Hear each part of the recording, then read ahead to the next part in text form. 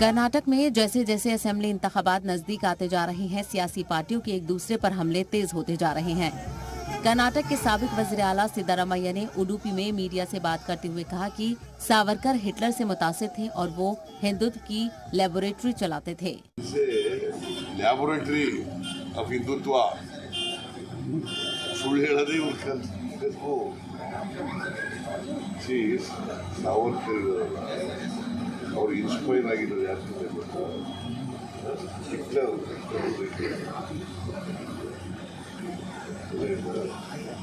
ಹಿಂದೂ ಸಭಾ, ಹಿಂದೂ ಮಹಾಸಭಾ, ಹಿಂದುತ್ವ ಹುಟ್ಟಾಕ್ತವ್ರು ಯಾರು?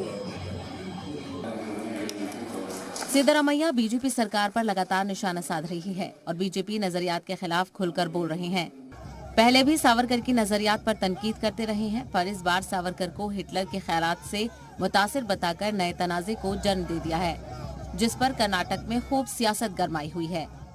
Bureau report, जी media.